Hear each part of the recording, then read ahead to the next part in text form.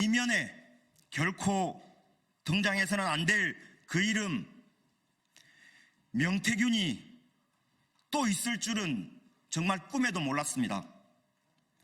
공천 개입, 창원 국가산단 부지 선정 개입 의혹, 여론 조작, 김건희를 통한 국정 개입 등 도대체 명태균이 뻗친 마수는 어디까지입니까?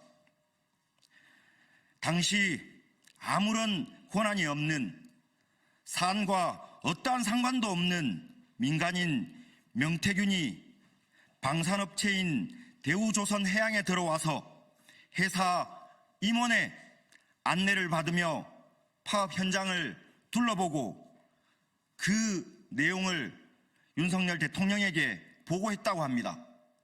누구의 지시로 파업 현장에 왔는지, 민간인이 어떻게 방산업체에 들어올 수 있었는지, 왜 대우조선 해양 회사 임원이 명태균을 안내했는지, 윤석열 대통령에게 어떤 보고를 했는지, 윤석열 대통령의 불법 매도와 강경 대응 입장에 명태균의 보고가 어떤 영향을 미쳤는지, 명태균이 간 파업 현장이 대우조선 해양뿐인지, 회사의 470억 손배 청구와 형사사건 검찰의 구형이 명태균 또는 윤석열 대통령의 입김은 작용하지 않았는지 등등 수많은 의혹에 대한 진상조사가 반드시 필요합니다.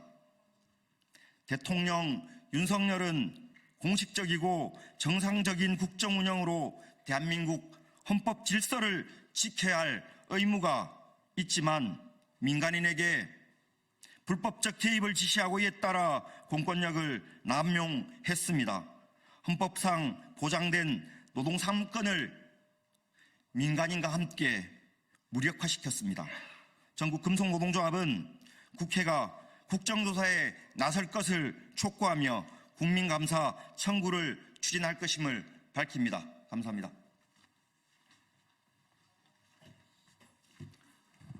예, 반갑습니다. 저는 고통호 조선하청지 부지회장이기도 하고 지금 현재 하나오션에서 도장 일을 하고 있는 도장공 노동자입니다. 저는 이 자리에 서면서 너무나 참담한 심정입니다. 2년 전에 대한민국의 많은 국민들을 울렸던 우리 조선하청 노동자들의 파업이 명태균이라고 하는 사람으로부터 그리고 윤석열 대통령으로부터 국정농단을 당했다는 사실, 정말 분노스럽고 용서할 수 없는 그런 마음입니다. 우리 하청 노동자들은 지난 2년 전에 50일 파업을 하면서 우리 하청 노동자들이 얼마나 힘들게 일하는지, 얼마나 저임금을 받고 일하는지, 얼마나 위험한 곳에서 일하고 있는지를 세상에 폭로했습니다. 우리 하청 노동자들은 조선소의 판도라 상자를 열었던 것입니다. 그러나 당시 대우조선 해양은 약 한 25일간 우리 노동자들의 파업에 대해서 아무런 관심도 가지지 않았습니다. 교섭도 전혀 진행되지 않았습니다. 7월 14일 정부 담화문을 발표했습니다. 점거를 해제하면 정부 지원책을 마련하겠다고 했습니다. 그러나 16일부터 이상한 상황이 벌어졌습니다. 정부의 탄압 일변도 이야기들이 나오기 시작했고, 윤석열 대통령의 발언 이후에 경찰 특공대가 등장하고 헬기가 등장하고 이상민 장관, 이정식 장관이 이틀 상간에 2번이나 내려오면서 실제 우리 하청 노동자들의 파업을 무력으로 진압하겠다는 의지를 밝혔습니다. 그래서 저희들은 정권의 탄압이 무서운 것이 아니라 행여 이런 진압 과정에서 우리 노동자들이 생명의 위협을 받을 수 있기 때문에 저희들은 급하게 타결을 했습니다. 그때 우리 점거하고 있는 우리 노동자들, 여기 오늘 유치한 동지도 와 계시지만 신너를 안고 있었습니다. 그리고 위에 있던 동지들도 신너 5마를 가지고 있었습니다. 만약에 그 당시에 경찰 특공대가 강제 진압했다면 또 다른 용산 사태 같은 사고가 발생했다고 생각합니다. 그런데 지나고 보니까 이것이 모든 게 명태균이라는 자와 윤석열 대통령의 의도된 거였다고 생각하니까 이거는 도저히 용서할 수 없다는 것입니다. 또 하나는 지금 하나오션이 대우조선 해양을 인수했습니다. 저희들은 파업 점거 일주일 되는 때에 그런 생각을 했습니다. 대우조선 해양이 누군가에게 매각되겠구나 생각했습니다. 아니나 다를까 제 추측대로 하나로 매각되었습니다. 하나로 매각되고 난 지 1년이 지난 몇 개월 전에 하나는 자산가치 2조 5천억이었던 하나오션이 지금 9조가 넘었습니다. 우리는 상당한 의혹을 가지고 있습니다. 지금 현재 하나오션 내에서 우리 조합원들 천막도 못 친 채 노숙 농성을 하고 있습니다. 이유가 뭐냐면 지난 13일 날 하청 노동자들 임금 인상하기 위해서 총궐기 대회를 했습니다. 그리고 천막을 쳤습니다. 하나오션 직원들 50명을 구사대 동원해서 천막을 부수고 농성장을 박살내고 우리 간부들 다치게 했습니다. 그 이후로 일주일이 지난 지금 하나오션에서는 또다시 2022년도 그때의 이야기를 하고 있습니다. 하청 노동자들을 바퀴벌레라고 이야기하고 있고 이 바퀴벌레를 현장에서 몰아낸다고 이야기하고 있습니다. 그리고 우리 하청 노동조합을 간첩이라고 지목하고 현장에 왜 간첩이 있느냐고 이야기하고 있습니다. 하나오션은 지금 온갖 폭력적인 탄압과 모욕을 우리 하청 노동조합에게 주고 있습니다. 저는 그렇게 생각합니다. 윤석열과 명태균, 하나오션은 노조 파기에 동참하고 있는 공범이라고 생각하고 있습니다. 그래서 저희들은 이번 명태균 윤석열 대통령의 국정농단을 반드시 밝혀야 된답니다. 밝혀야 된다고 생각합니다. 그래야 지금 12월 10일 재판이 있는 1심 판결에서 우리 동지들 20년 6개월 받았습니다. 하청 노동자들의 정당한 요구를 사법부가 저는 유죄로 판결할 수 없다고 생각합니다. 그리고 5명 간부들에게 내려져 있는 470억 손배, 이 또한 말도 안 되는 일이라고 생각하고 있습니다.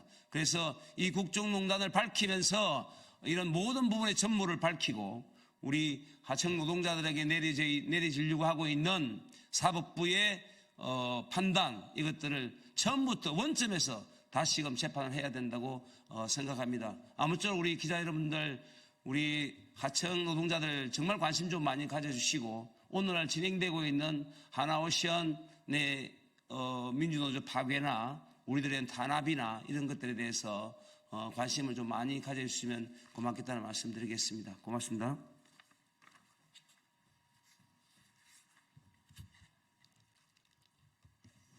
기자회견문 국정농단, 파업 현장, 민간 개입 지시, 하청 노동자 탄압, 민간인 명태균의 대우조선 파업 불법 개입, 대통령 윤석열의 국정농단 진상을 규명하라. 이대로는 살 수 없지 않습니까? 우리는 2022년 여름 대우조선 하청 노동자들의 피 맺힌 절규를 기억한다. 이들의 울림은 조선소에서 가장 위험한 곳에 일하지만 노동자의 권리조차 박탈당한 채 살아야만 했던 하청 노동자들의 현실을 돌아보게 했다. 하지만 대통령 윤석열은 하청 노동자의 파업을 불법으로 매도하며 경찰 특공대를 투입해 강제 진압하겠다고 협박했다. 그리고 파업은 종료되었다. 2년이 지난 지금 대통령 윤석열의 불법 파업 매도와 강제 진압 협박 이면에는 대한민국 법률과 정상적인 국정 운영이 아닌 근한없는 민간인 명태균이 개입한 것으로 드러나고 있다. 즉, 대통령 윤석열이 정상적인 정부 조직 라인이 아닌 민간인에게 파업 현황 파악을 지시하고 보고받고 결정을 한 것이라는 것이다.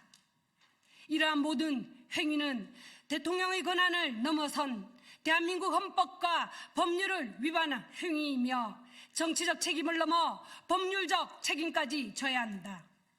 따라서 국회는 이 모든 과정을 국정조사를 통해 밝힐 의무가 있으며 감사원은 대한민국 독립적 기구로서 공무원의 불법적 행위에 대해서 철저한 감사를 통해 진실을 밝혀야 한다. 우리는 선출되지 아니한 권력이 국민의 주권을 농락하였고 헌법상의 노동권이 유린당한 반헌법적 상황이 대통령 윤석열과 민간인 명태균에 의해 저질러진 행위를 규탄한다.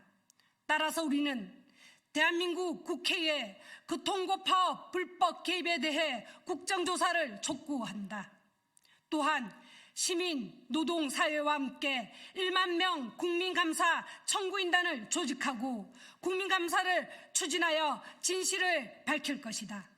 2024년 11월 19일 민주노총 경남지역본부 전국 금속노동조합 국회의원 정혜경. 예, 이번 사건은 나라 곳곳이 국정농단으로 가득 차 있는데요. 명태균과 관련해서 매일 뉴스가 나고 있습니다. 명태균이 노동자들, 특히나 비정규직 노동자들이 목숨을 걸고 투쟁하는 현장에까지 국정농단을 한 것에 대한 현실이 낱낱이 드러나 있는 사건입니다. 우리 기자 여러분들께서 함께 관심을 가져주셔서 우리 노동자들의 생존권뿐만 아니라 이 나라의 헌법 질서, 헌정 질서를 바로 세우는데 함께 도움을 주셨으면 좋겠습니다. 감사합니다. 이것으로 마치겠습니다.